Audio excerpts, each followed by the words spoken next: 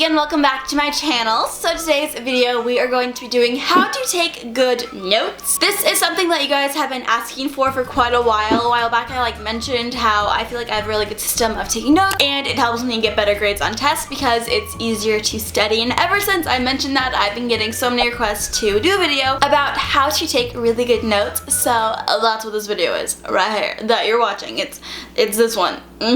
I don't know why I'm doing this. I'm actually doing a huge giveaway that is going on right now. There are 2 winners, 2 of them. 1, 2, 1, 2, 1, 2. I will have the video linked in the cards and down below for you guys to go check it out and enter. Totally should. I really want you to win, and yeah. This is like my shortest intro ever. Oh wait, it's not gonna be the shortest intro ever. I have a disclaimer to say. Every single person is different. The way I learn can be 100% different from the way that you learn. Keep in mind these are my tips that work for me, so they might not work for you. So just keep that in. What is this a sign language thing? What does this mean? I feel like it's a bad thing.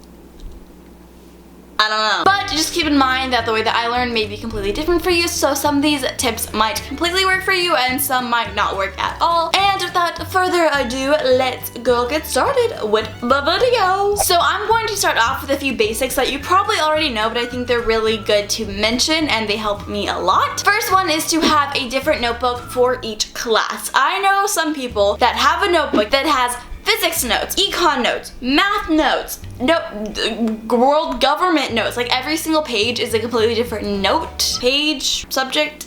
So I would totally recommend having multiple notebooks so your notes are not cluttered. It's so much easier to study when you have all your stuff in one spot and you're not flipping through the pages like, I don't even know what this is. If you don't want a ton of notebooks to weigh down your backpack, you can get one of those 5s or 5 subject notebooks that have a divider for each subject, so you can definitely do that one. Next one is to sit in a spot in class where your vision is the best. So for me, my eyes kind of suck and I cannot read a far distance, but I can read up close. So sitting more towards the front of the class works best for me. Some people cannot see up close, so sitting in the back helps. Even if I have glasses on, I still can't see anything in the back, and it's just the worst. I'm like, huh? What? I can't see. So you definitely want to sit where your vision is the best so you don't miss anything because you can't see it. So for taking notes, I'd recommend having a method of taking notes. Some of my teachers require Cornell notes. That's basically where you have a line down your page and then you have the subject, and on the other side you have the notes. Personally, I don't really like that. I like a bullet point method. I will use some indentions. You can use a mixture of both. You can use either. How I like to do it, on the leftmost side is the subject, and then as you go righter, I do more indentions. As you go more right to the page, then that's the information about that subject. Hopefully that made sense. Next tip is to focus on the important information. When teachers give you notes, they give you a lot of fluff, if you will. They give you a lot of stuff that you don't necessarily need and that aren't going to be on the test. How I like to have my notes focus on the important information is to use highlighters. I like to use 2 of them, 2 different colors. One is for vocab terms and then one is for important information. So let's say I use a blue highlighter to underline all my vocab words, and then I use a yellow highlighter to underline important concepts or ideas that the teacher may say, or if there is a keyword that will help me remember something in a vocab word, I will definitely underline it. If you're using highlighters, I would recommend underlining them instead of highlighting across the word if you're writing in pencil so the graphite does not smudge. If you don't want to use highlighters, you can always circle, star, underline, box, put clouds around things, just things that will draw your attention to important information. This is something that I like to do when I don't have highlighters with me. When you're studying, you want your eye to focus on the important information so you're not lost in a sea of words. When you see a bunch of words, you're not motivated to study or learn anything. When you have certain things stand out more, it makes it a lot easier. So here are some tips on how to find the important information that will most likely be on the test. First one is if a teacher says it more than once. If your teacher says the mitochondria is the powerhouse of the cell 2 times, you might want to start or highlight it just so you remember. Teachers want you to pass your test. I know, believe it or not, some teachers you think that they're out to get you and they want you to fail, but they actually, well, I guess some may,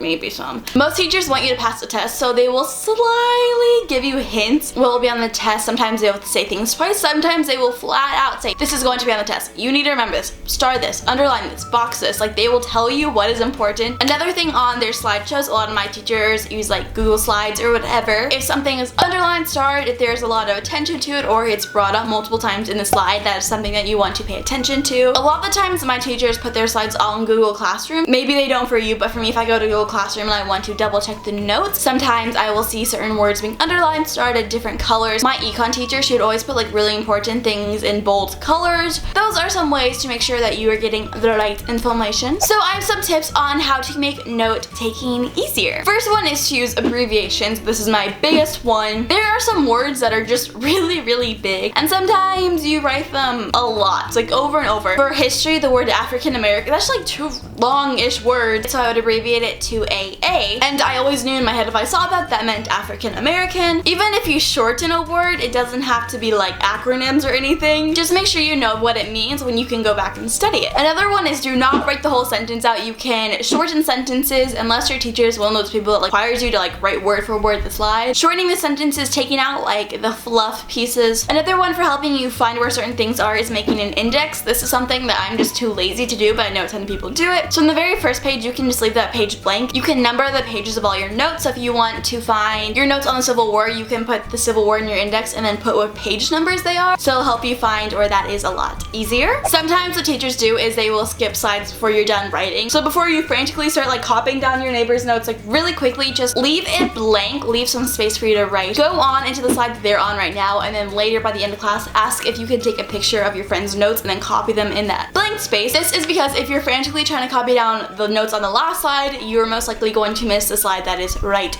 here. And then you're gonna miss that slide, and then you're gonna be on this constant cycle of like missing slides. Another one is to listen while you're writing. This is something that I really struggle with because I'm a visual learner, but the more you listen to something, the easier it will be to retain it and remember it. Another thing is to actually handwrite your notes instead of using a computer or an iPad. There are also other studies that say if you handwrite something, you retain it a lot more than if you were to type it. My last tip is to actually study your notes. I know, like, I hate studying. It's like the worst thing ever. I've actually done a whole video about studying life hacks that has helped a ton of people. I get comments all the time in that video that's like, I had a C but now I have an A because of all these tips in this video helped my grade, which literally makes me so excited. It's probably my favorite video I've ever done because it's helped so many people. So I will link it in the cards and down below for you guys if you want to see some study life hacks. But the reason you are taking notes is because that stuff is going to be on a test, so you can study that stuff, so you can know that stuff. My favorite way to study is to take flashcards, so I'll just take the important information from my note and make them into flashcards. Another really awesome thing that you can do is take your phone,